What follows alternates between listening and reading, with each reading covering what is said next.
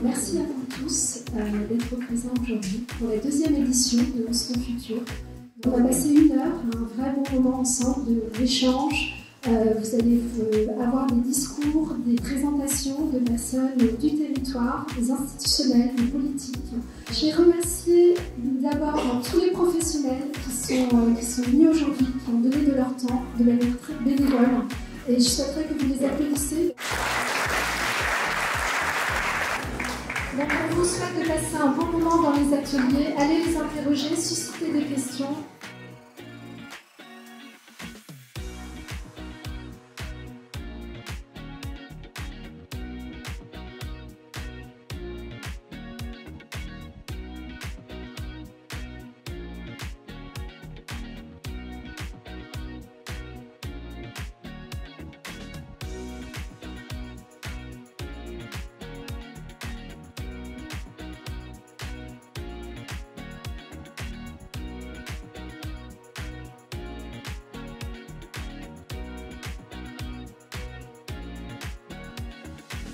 C'est très bien, c'est très accueillant, on apprend plein de choses, très constructif.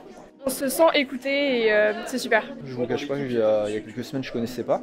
Je trouve que c'est une très chouette initiative. On a fait entrepreneuriat et moi j'ai fait agriculture. On a fait un atelier sur les métiers du droit et de la justice, qui sont des métiers qui, au collège et au lycée, on n'a pas du tout de contact.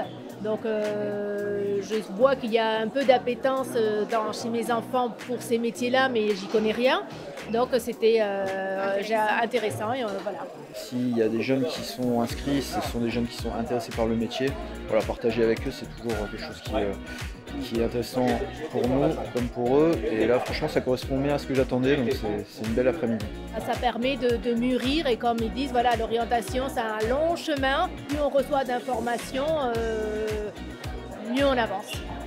Surtout, ce que j'ai retenu, c'était les commentaires de ce qu'ils avaient vécu, les échecs et comment ils avaient rebondi, pour savoir un peu les difficultés qu'on peut avoir et qu'on peut aussi les surmonter et que c'est pas un énorme échec et que ça peut aussi t'apprendre des choses. Être au clair sur ce qu'on n'aime pas faire ou sur ce qu'on ne veut pas faire, c'est un début dans un cheminement d'orientation. Et puis oser se dire, se réinterroger, se questionner et oser changer, faire ce pas de côté. Il y aura un accompagnement institutionnel pour revoir un projet et changer d'orientation. Ce que m'inspire un événement comme Ose ton futur, c'est qu'il est nécessaire de motiver les élèves et de leur montrer que d'autres parcours sont possibles. Vous pouvez vous révéler vous-même sur une envie de déployer un projet sur une temporalité différente. On ne mûrit pas tous de la même façon.